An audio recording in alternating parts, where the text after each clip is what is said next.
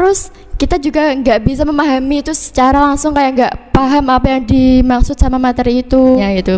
Kalau dukanya itu lebih ke kuota internet aja sih. Diri kita itu adalah support system kita sendiri.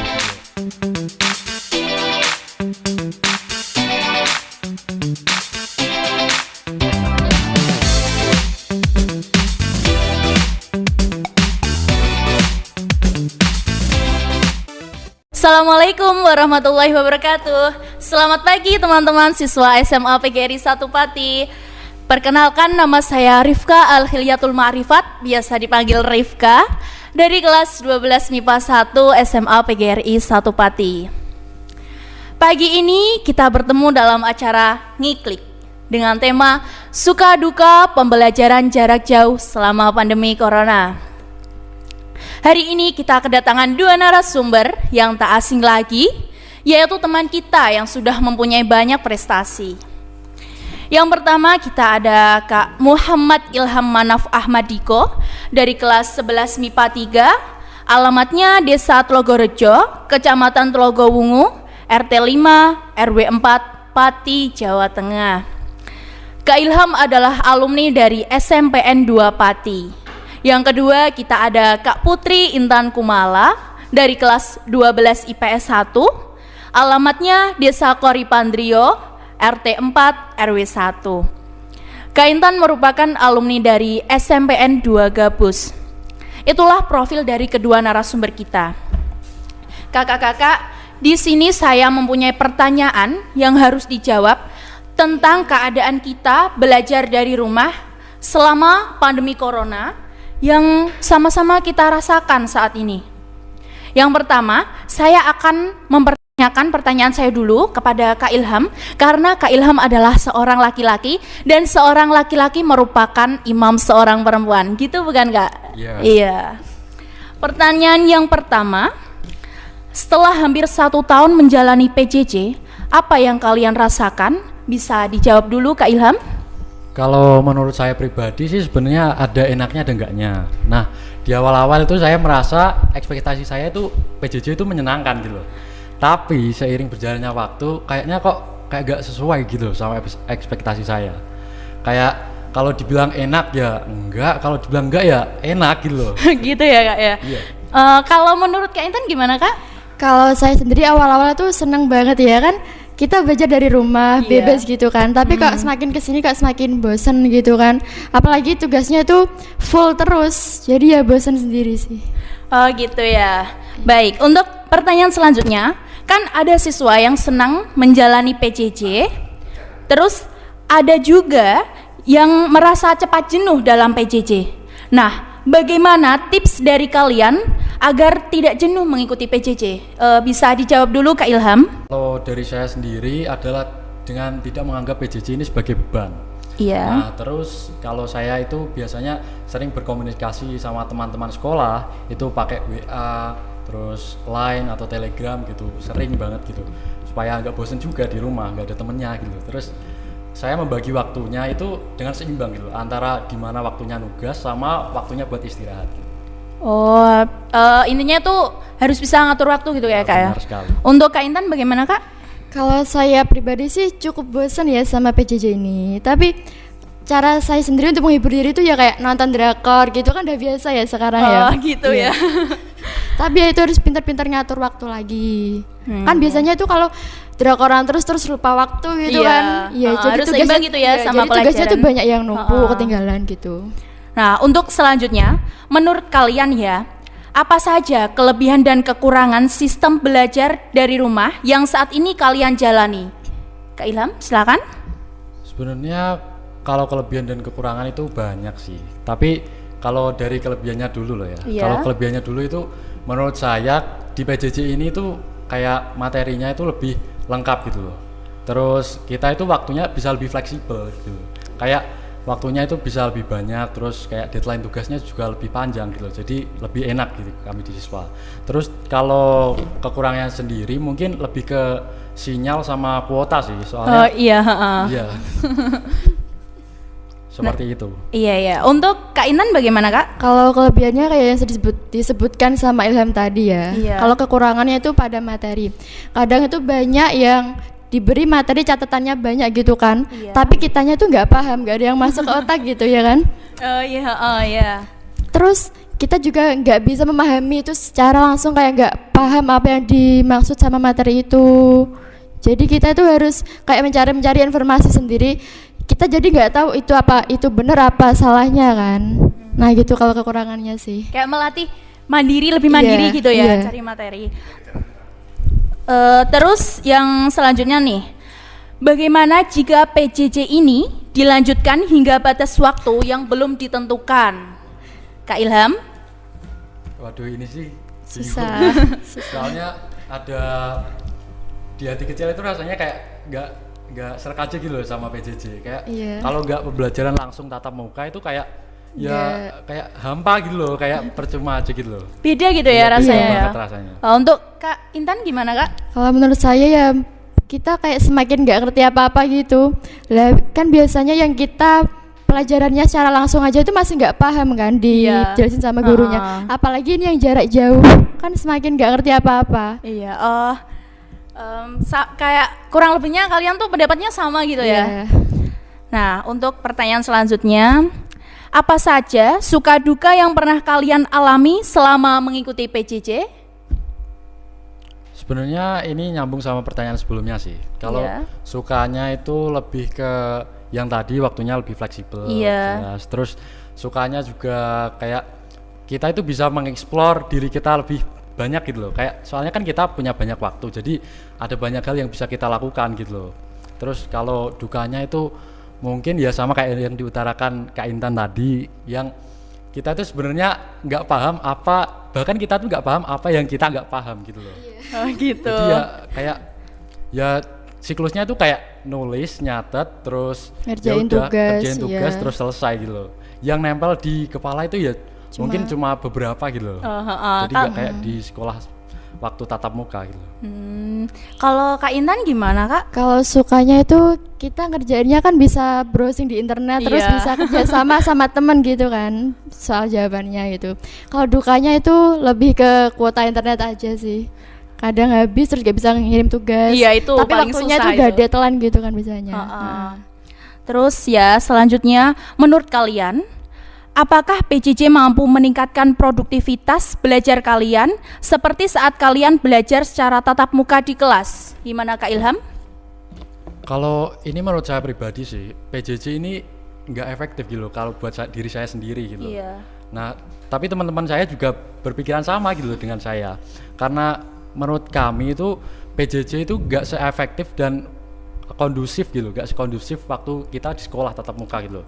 Soalnya kan di rumah gitu, kita nggak tahu keadaan rumahnya masing-masing seperti apa gitu loh. Ada yang adiknya nangis lah, jalannya apa gimana. Jadi kita belajar itu nggak fokus gitu loh. Jadi kurang efektif lah menurut saya. Oh seperti itu ya. Kalau Kak Intan bagaimana Kak? Kalau menurut saya itu tidak ya. Karena kita aja yang biasanya itu membaca itu kadang cuma di sekolah kan pasti terangin guru Iya. itu. Kalau gak disuruh Iya, ya gak membaca. Di rumah aja enggak kan. Apalagi ini pas PJJ mau ngerjain tugas aja itu udah syukur-syukur gitu mau ngumpulin tugas. Iya. Iya. Kalau selanjutnya nih ya, apakah ada kendala saat menerima materi yang diberikan oleh Bapak dan Ibu guru selama PJJ? Gimana Kak? Kalau kendala mungkin ada ya. Biasanya kayak Nggak seperti iya nggak paham gitu, seperti nggak paham. Terus kayak kalau mau tanya ini masalah yang paling umum nih. Iya. Kalau mau tanya itu pasti sungkan gitu, sungkan atau takut Iya. nge-WA gurunya gitu loh. Jadi Iya. ya kalau nggak paham ya udah nggak paham gitu. Kalau nggak ya kalau murid yang kreatif itu pasti cari sendiri. Iya, gitu. mandiri Tapi, gitu iya, ya. Benar. Jadi itu sih. Untuk Kak Intan? Iya. Apakah ada kendala saat menerima materi yang diberikan oleh Bapak dan Ibu guru selama PJJ?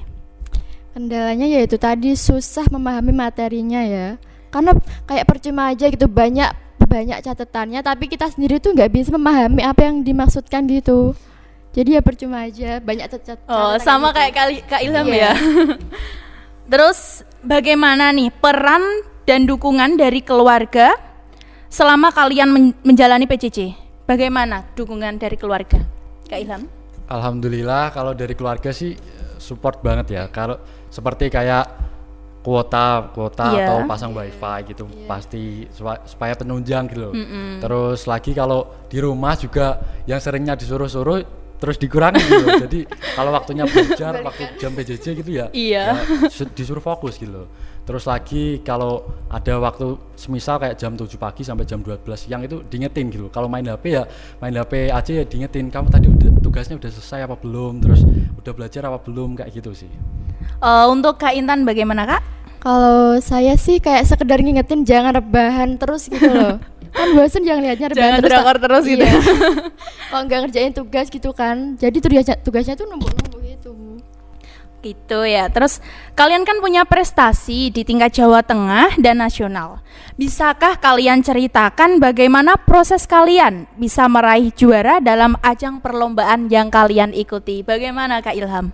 Nah kalau sebenarnya nggak ada tips and trick khusus sih, Iya. kayak pada umumnya aja. Tapi kalau saya sendiri yang saya terapkan itu yang pasti satu fokus latihan itu fokus sama lomba itu dulu. Terus mengurangi kegiatan-kegiatan yang sekiranya nggak perlu gitu loh. Iya. Terus kalau kita juga harus mengorbankan sesuatu gitu loh, kayak ada diajak main terus nolak dulu, disuruh belajar dulu materinya itu loh, terus rutin bimbingan, terus percaya diri, yang penting percaya diri sama doa, itu sih. Iya, berarti mendahulukan kegiatan yang penting dulu ya, Iya, Kak ya.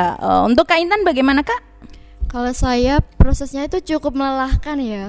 Apalagi pas Hamin seminggu kalau masuk final. Iya. Wah, itu ya Mumet gitu. ya cari bahan buat presentasi, evaluasi materi gitu kan. Iya. Tapi yang penting tuh kita tuh percaya diri sama materi yang kita punya.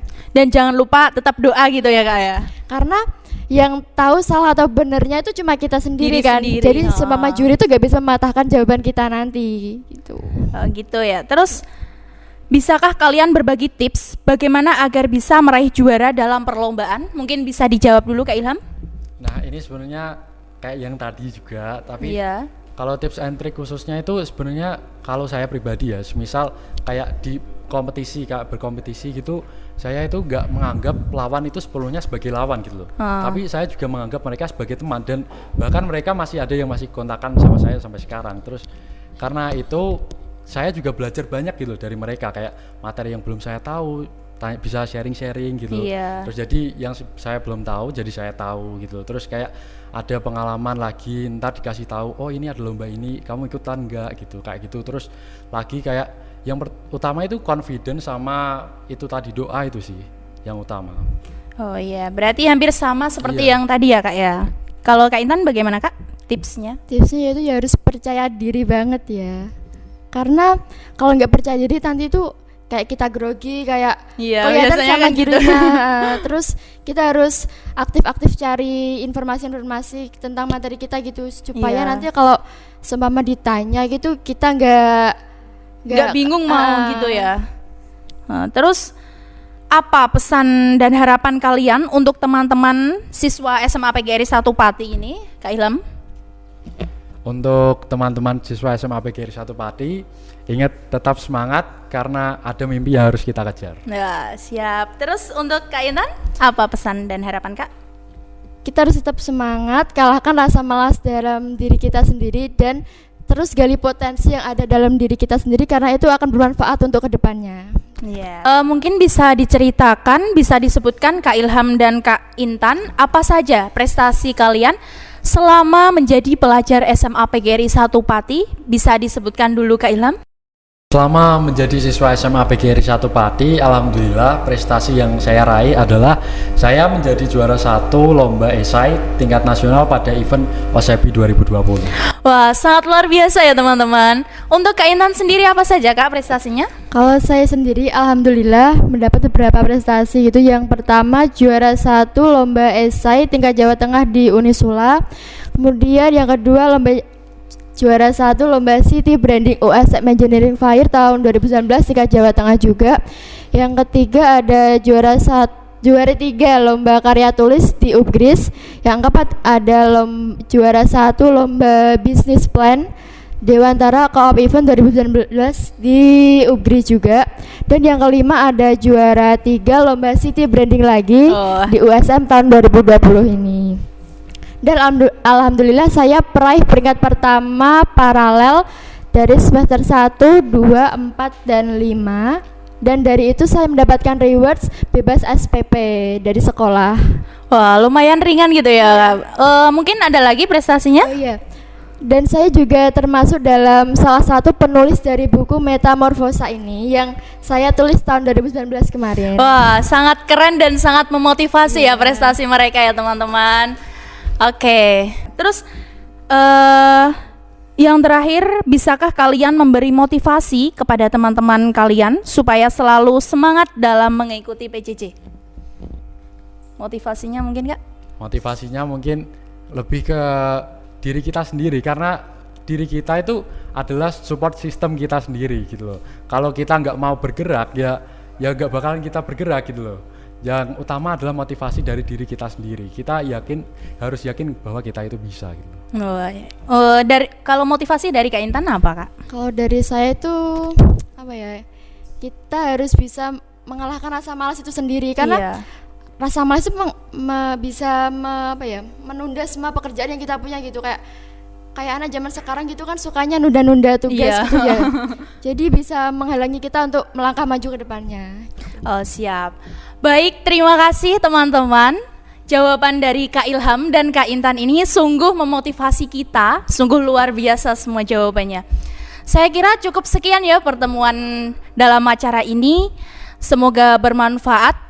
Dan jika kami ada kekurangan serta kesalahan, kami mohon maaf. Dan apabila saya pribadi mempunyai kekurangan dan kesalahan yang saya sengaja maupun tidak disengaja, khususnya Bapak Ibu Guru SMA PGRI 1 Pati, saya mohon maaf sebesar-besarnya. Penjual benang membawa peti, Ibu Wahyuni menjahit kebaya. Saya pamit untuk undur diri. Terima kasih atas perhatiannya. SMA PGRI 1 Pati, success is my right. Wassalamualaikum warahmatullahi wabarakatuh.